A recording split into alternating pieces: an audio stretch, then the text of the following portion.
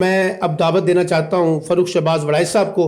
جب فاروق شہباز وڑائچ صاحب جو ہیں وہ بھی جس طرح سے یاسر شامی صاحب ایک سوشل میڈیا کے اندر انہوں نے اپنی صلاحیتوں کو منوایا، اسی طریقے سے فاروق شہباز وڑائچ صاحب نے بھی اپنا سوشل میڈیا کے اندر خاص طور پہ اپنی صلاحیتوں کو اس انداز سے منوایا ہے کہ آج وہ بھی سوشل میڈیا کا ایک بڑا سٹار ہے، اور ان کے انٹرویوز اور یہ جو پروفائل کرتے ہیں اس میں کافی جسے کہتے ہیں ڈیپتھ ہوتی ہے، بہت پاپولر ہیں، دیکھے جاتے ہیں. تو میں فاروق شہباز وڑائچ صاحب سے بھی گزارش کروں گا کہ وہ آئیں اور اپنی کہانی پیش کریں.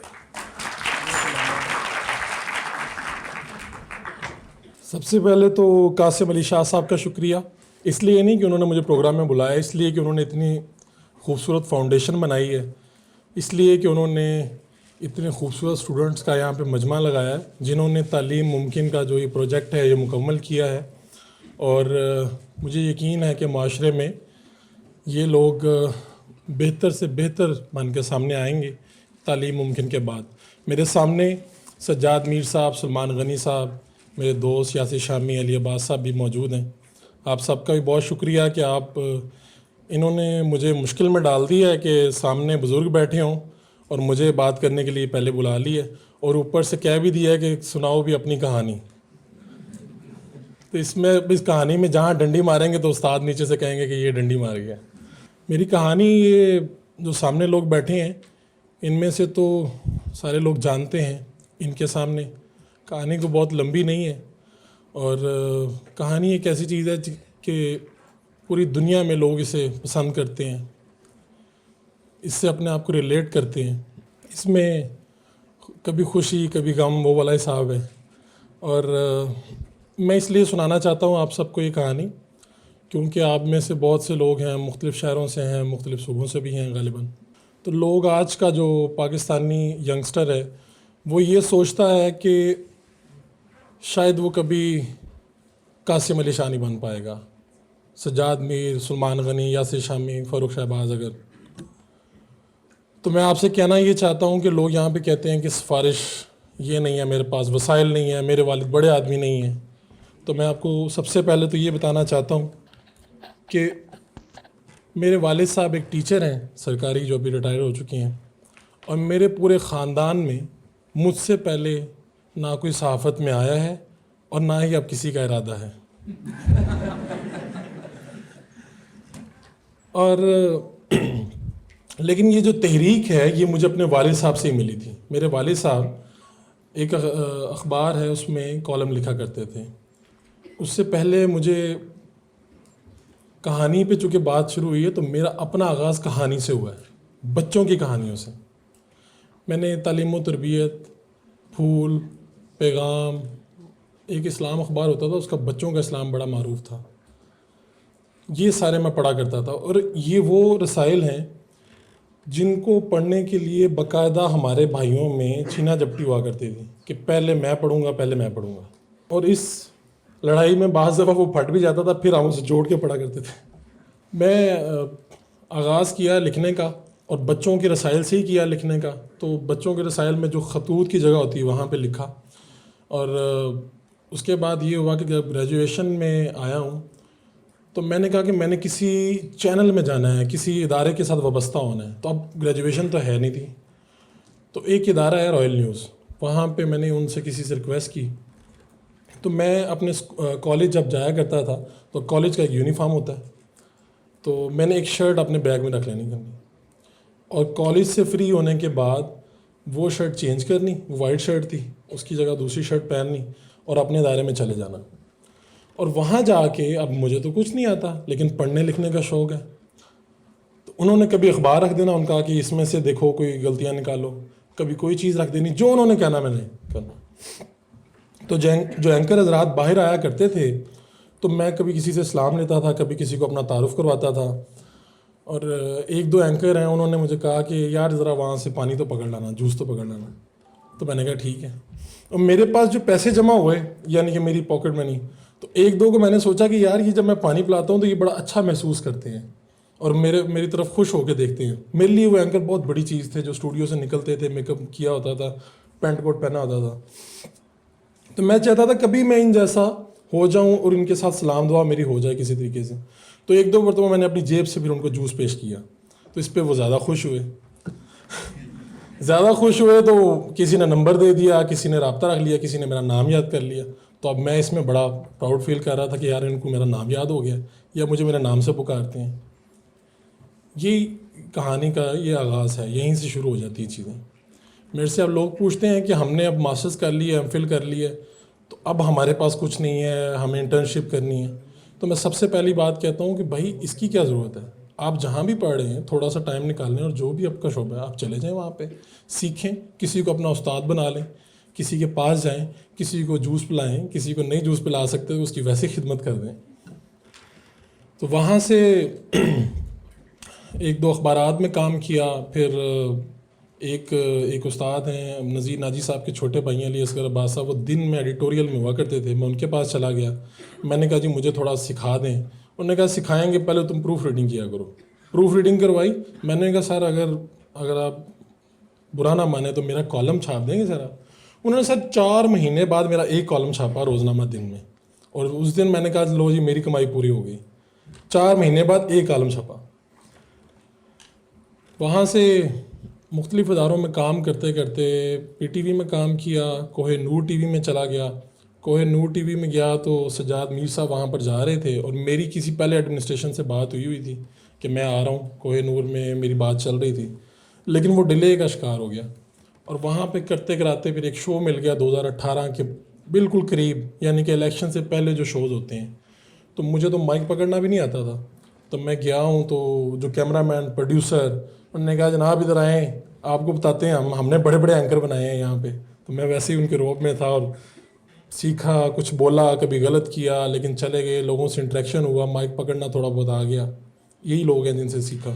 ایک دن وزیر اعلیٰ پنجاب سے میرا سامنا ہوا, اور سامنا ایسے ہوا کہ آپ کو بتاتا ہوں کہ کوہ نور ٹی وی والے مجھے اچھے پیسے دیتے تھے, ان کے مطابق کافی اچھے پیسے دیتے تھے وہ. اب وہ کہتے تھے کہ یہ آتا 2-3 دن ہے, تو 2-3 دن بعد یہ نظر ہی نہیں آتا, پورا ہفتہ چھٹیاں مارتا ہے. تو یار پیسے تو پورے کرو نا یار, پیسے دیتے ہیں.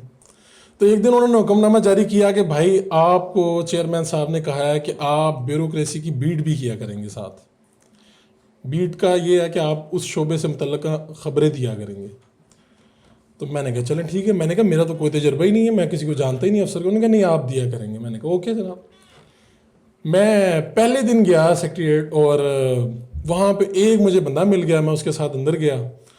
تو ایک ڈپٹی سیکرٹری ٹائپ تھے, ان سے ملا, بس یہ. اب میں نے سوچا سارا دن یہاں پہ کرنا کیا. وہاں پہ ایک آدھا رپورٹر مل گیا مجھے, اس نے چائے پلا دی. میں نے کہا چلو یہاں سے اس طرح دن گزر جایا کرے گا. وہاں مجھے پتا چلا کہ عثمان بزدار صاحب تشریف لا رہے ہیں, ان کو آئے ہوئے ابھی صرف 1 ماہ ہوئے تھے. اس سے پہلے یہ ہوا تھا کہ پنجاب اسمبلی آنا جانا شروع کر دیا تھا. تو وہاں پہ نا ایک سینئر منسٹر ہیں جن کے پاس 2-3 منسٹر بیٹھے تھے, اور وہاں پہ وہ بات کر رہے تھے کہ یار ہمارا جو نیا وزیر اعلیٰ آیا نا وہ بڑا ہی نکما ہے, اس کو فائلیں پڑھنی نہیں آتی, تو یہ کیا کرے گا. وہ آپس میں ہنس رہے تھے, کیا کیا لگا رہے تھے. اور میں اس وقت بیٹھا سوچ رہا تھا کہ اتنے کروڑ لوگوں کی جو ذمہ داری جس کے ہاتھ میں دی گئی ہے, اس کے اوپر بیٹھ کے یہ لوگ ہنس رہے ہیں, یعنی کہ یہ ہمارے لیے بھی افسوس کا ایک مقام ہے. تو میرے ذہن میں وہ بات چل گئی. جیسے ہی پتہ چلا کہ عثمان بزدار آئے ہیں, تو میں نے کہا یار میں کوشش کرتا ہوں ان سے سوال پوچھوں. میں پہلے دن آیا تھا, آپ کو یاد رہے. تو وہاں پہ جو سیکریٹریٹ کی مستقل رپورٹر ہے نا, وہ 6-7 لوگ تھے. تو پتہ چلا کہ سی ایم صاحب نے 15 منٹ کی میٹنگ لی ہے, 2 گھنٹے جو چلنی تھی, اور فوراً نکل رہے ہیں. تو اب سیکیورٹی والوں نے حصار بنا لیا ان 6-7 کے ارد گرد.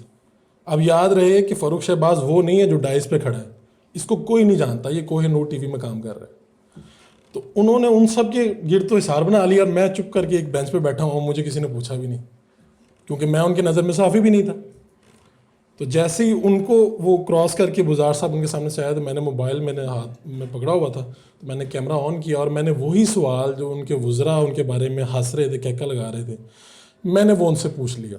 اب بزدار صاحب کی پہلی مرتبہ انہوں نے کسی میڈیا کا سامنا کیا تھا, تو وہ بھی گڑبڑا گئے. انہوں نے میرا ہی سوال مجھے دہرا دیا, اور پھر وہ جواب دینے لگے کہ مڑے ہیں. تو ان کی ٹیم نے کہا روک دیا کہ نہیں سر جواب نہ دیں. اتنی سی بات میرے اس میں موبائل میں آ گئی. اب بتا آپ کو یہ رہا ہوں کہ بعض دفعہ ایک چھوٹا سا کلپ, ایک چھوٹا سا مومنٹ آپ کی زندگی چینج کر دیتا ہے. وہ میں نے رکھ لیا اور میں نے اپنے چینل کو دے دیا.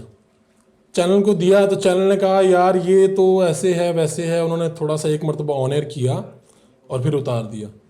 چینل کے بس کی بات نہیں تھی یہ. وزیر اعلیٰ چاہے کمزور تھا لیکن بہرحال وزیر اعلیٰ پنجاب تھا. وہ میں نے کلپ وہ مجھ سے مجھے تب پتہ چلا, اس کا احساس ہوا کہ یہ بہت بڑی چیز ہو گئی ہے کہ رپورٹرز نے میرے پاس آ کے باقاعدہ منتیں شروع کر دیں کہ یہ ہمیں دے دو ہمیں دے دو. میں نے دے دیا جس چیز کو دینا تھا. اب مجھے مختلف ٹیلی ویژن سے فون آنا شروع ہو گیا کہ کیا ہم یہ کلپ یوز کر لیں. دنیا نیوز سے فون آیا, کیپٹل سے, پبلک سے. تو میں نے سوچا اس میں تو میں ہوں ہی نہیں. میں نے ایک سوال پوچھا, کر لو یوز, جہاں مرضی یوز کرو. میں نے اپنے سوشل میڈیا پہ جا کے اسے لگا دیا. سوشل میڈیا پہ لگایا اور 4 5 6 گھنٹوں میں مجھے پتہ چلا کہ باہر کی دنیا چینج ہو چکی ہے. لوگ پوچھ رہے ہیں کہ یہ لڑکا کون ہے, کوئی کہہ رہا ہے یہ جیو کا ہے, کوئی کہہ رہا ہے کچھ ہے. اس کے بعد جو کہانی ہے وہ ایک علیحدہ بات ہے. جو میرا پروگرام چل رہا تھا وہ بھی آف ایئر ہوا لیکن چینل نے مجھے نکالا نہیں, ان کی مہربانی. اس کے بعد جو ٹویٹ کی, اس رات مجھے اپنے گھر سے باہر اس لیے سونا پڑا کہ میرے بیورو چیف نے بتایا کہ جناب وہ آپ کا یہ تم نے کیا کیا. ہاں ایک ایس پی میں بھول گیا ہوں, 1 مہینہ رہتا تھا ان کی سروس کو ختم ہونے میں. ایس پی جو سیکٹریٹ کا ایس پی ہوتا ہے نا وہ تھا.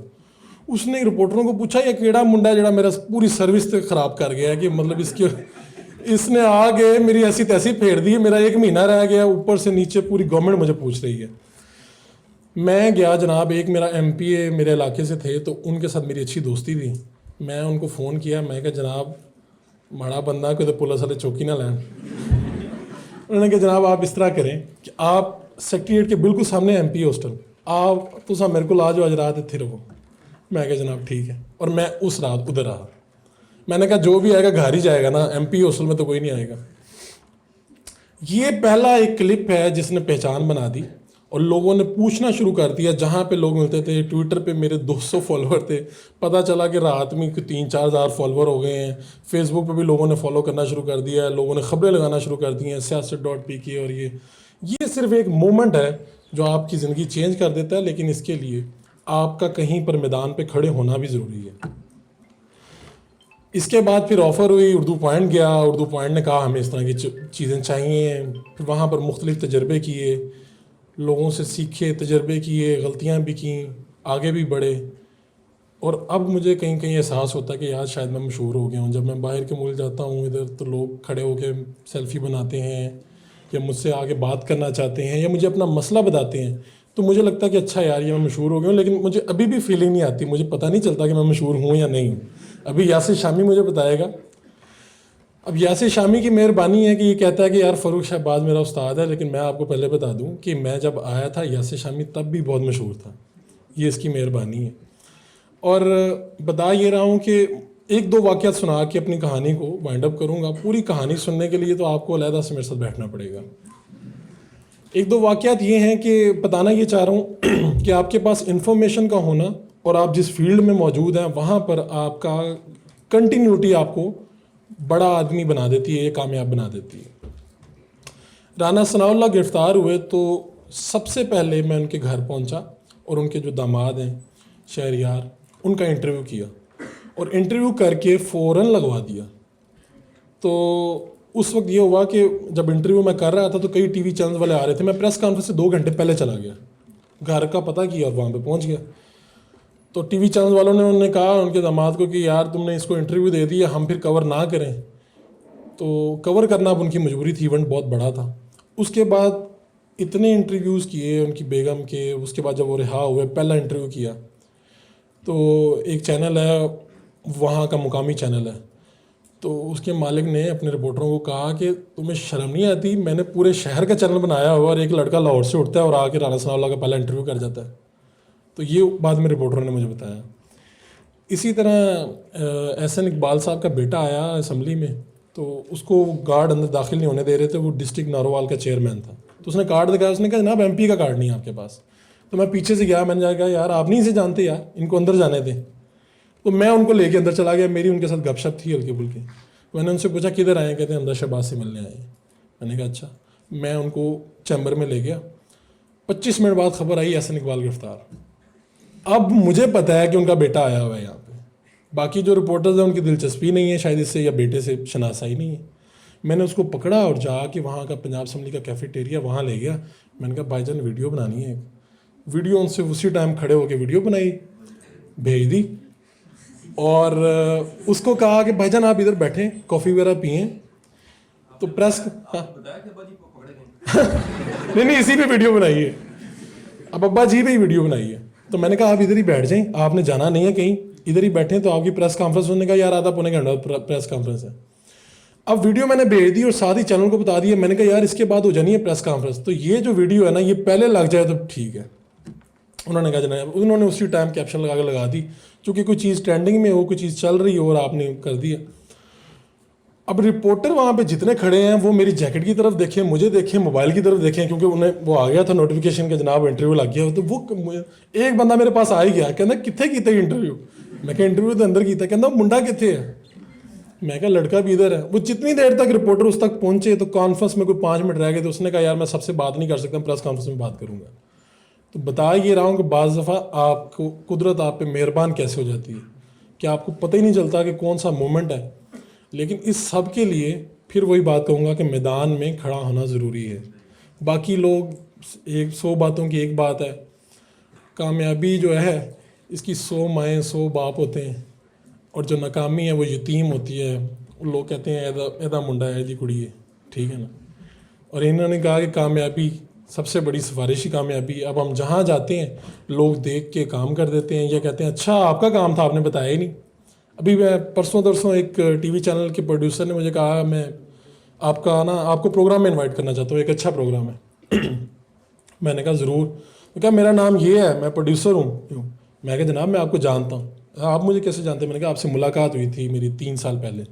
کہنے لگا ہماری زندگی میں کوئی ملاقات نہیں ہوئی. میں نے کہا حضرت ملاقات ہوئی تھی تب میں مشہور نہیں تھا. میں تو اس کو جانتا تھا اور پہچانتا تھا, وہ پروڈیوسر تھا تب بھی. تو میں نے کہا میں مشہور ہو گیا ہوں تو اس لیے اب آپ کو صرف یہی فرق اڑائش یاد ہے. تو میں بھی آپ سب کی طرح ایک عام یونیورسٹی پنجاب یونیورسٹی سے ماسٹرز کیا, سپیریئر یونیورسٹی سے ایم فل کیا, اور اس فیلڈ میں آپ کے سامنے ہے. کسی نے سزا کے طور پہ بھیجا چینل نے, میں پروگرام کر رہا تھا اور 1-2 باتیں ریجیکشن کے اوپر. 7 نیوز ایک چینل ہے, انہوں نے بلایا, وہ صاحب آج بھی مجھے کہیں ملے پریس کلب کے الیکشن میں. تو میں نے انہیں کہا آپ کو پتہ ہے آپ میرے محسن ہیں؟ اس نے ایسے میرے طرف دیکھا ہیں. میں نے کہا آپ میرے محسن ہیں؟ کہتے کیسے؟ میں کہا سر میں نا آیا سی 2-3 سال پہلے تواڈے کول نا رپورٹر دا آڈیشن دینا واسطے. اس دن اگر آپ نے مجھے ریجیکٹ نہ کیا ہوتا تو میں ادھر نہ پہنچتا.